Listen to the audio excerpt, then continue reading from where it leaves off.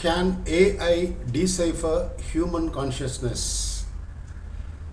Non-dual monistic perspective or Advaita Vedantic perspective.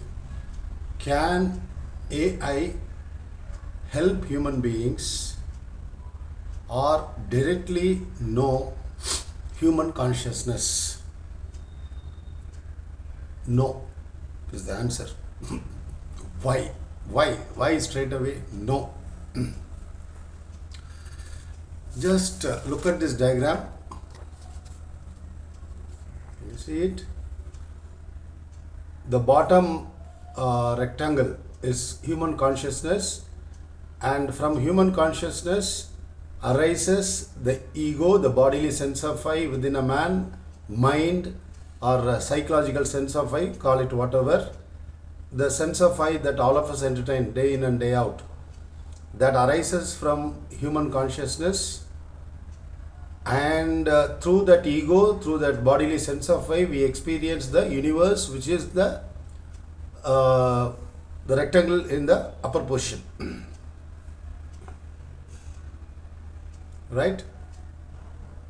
So I have put an arrow mark above the bottom rectangle because from human consciousness this bodily sense of I arises. So the bottom rectangle, human consciousness, is the source, which is formless infinite existence or consciousness put together. Consciousness and existence are put together. The feeling that I am, I exist, that feeling is human consciousness. From there, a derivative emerges, the bodily sense of I exist as an individual. That derives. And after that, an individual gets to experience the body, mind and the whole universe.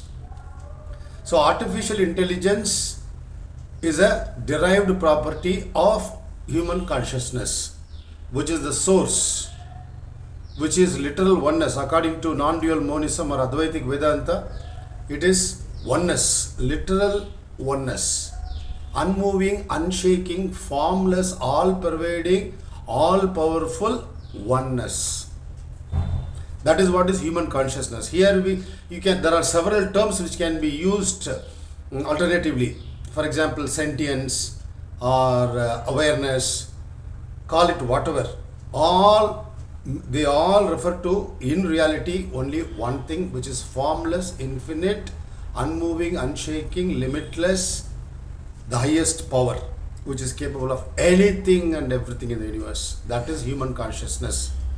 The sages, the rishis are ones who have realized the truth that I am. They use the term Brahman.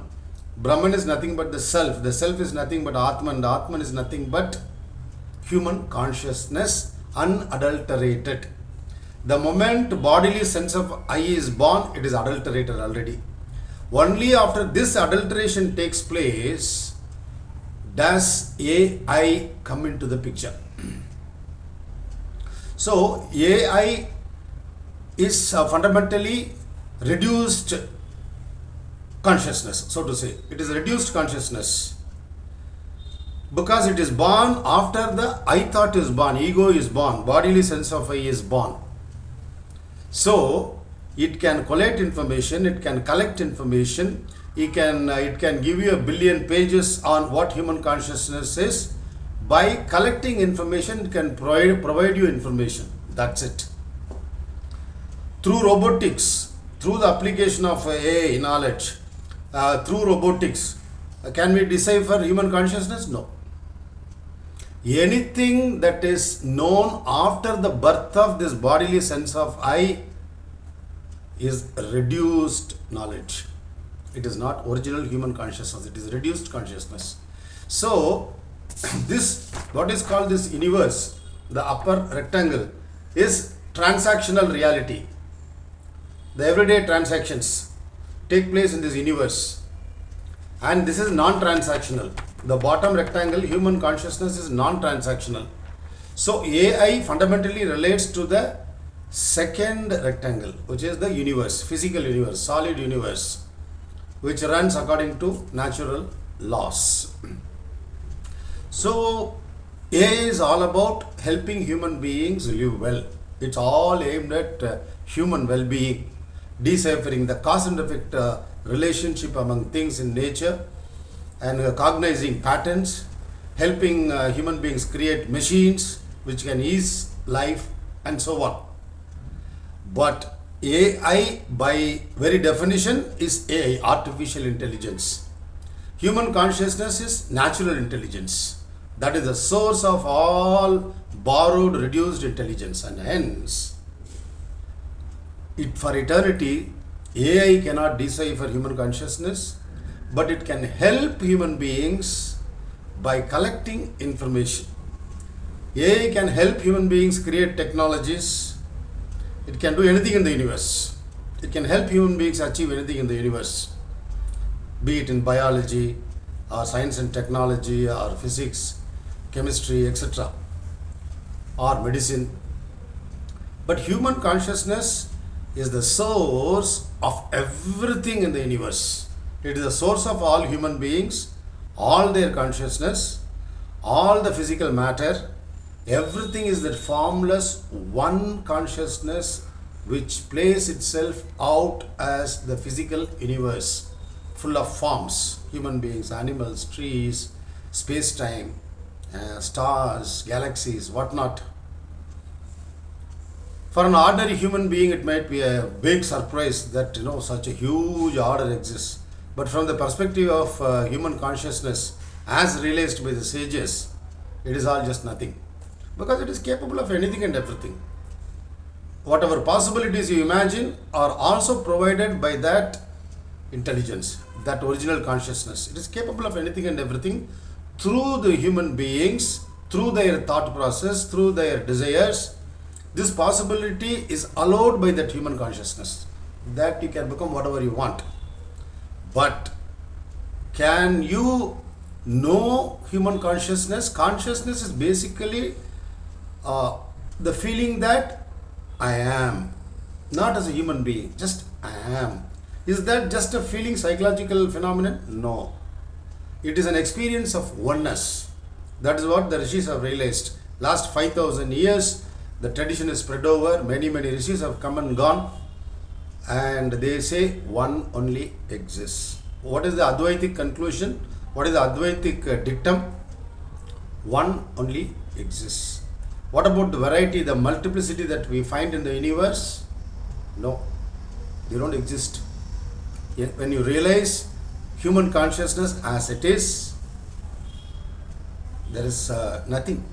No human beings, no space-time, no universe, nothing. What will be there? That formless, infinite oneness alone exists. That is the conclusion. Recently, Ramana Maharishi came in India, in Tiruvannamalai. He lived last century. And he also said, what always exists is that Atman alone, that human consciousness alone. Or human, what is called, they also use the term knowledge. Then we should not get confused. We should not take it as referring to some, relative knowledge, science, technology, arts. No. I am. As this individual? No. Formless, infinite oneness. So, then how do I know that human consciousness? Can I know human consciousness? No. Then you can be that consciousness.